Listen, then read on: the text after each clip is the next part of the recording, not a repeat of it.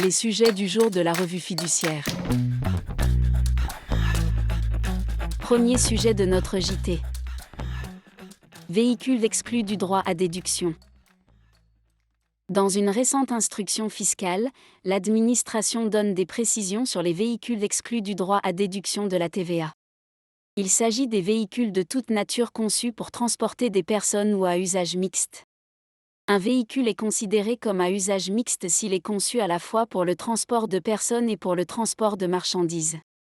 L'exclusion est déterminée à partir d'un critère de conception, quel que soit l'usage effectif du véhicule. Ce critère est apprécié à la date d'acquisition ou de la prise de location. Une éventuelle modification des caractéristiques techniques intervenues postérieurement n'a donc pas d'incidence.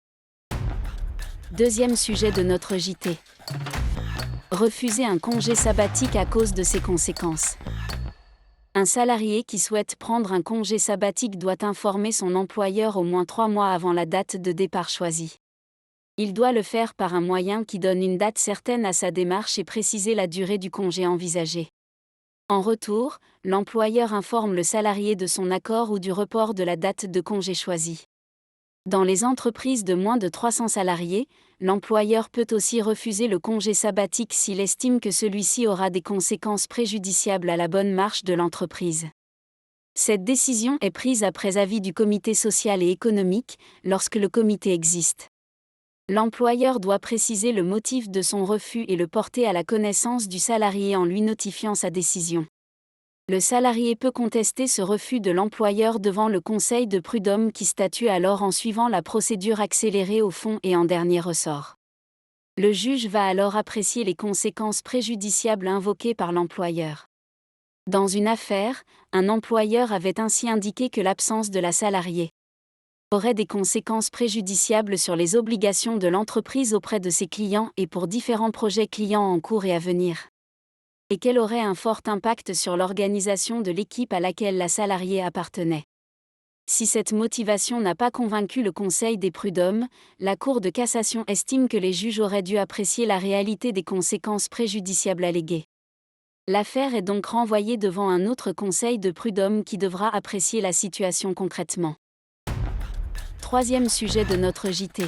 Bilan 2024 et perspectives 2025 pour les TPE et PME françaises.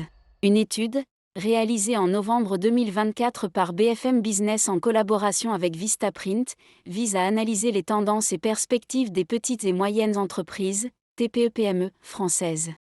Elle a pour objectif principal de comprendre l'évolution des profits, les niveaux d'optimisme pour l'avenir, les préoccupations majeures des dirigeants, ainsi que leur stratégie de croissance et d'investissement.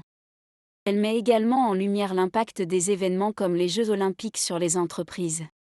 Il ressort de ce baromètre que 43% des dirigeants de TPE-PME ont constaté une augmentation de leurs profits en 2024 par rapport à 2023.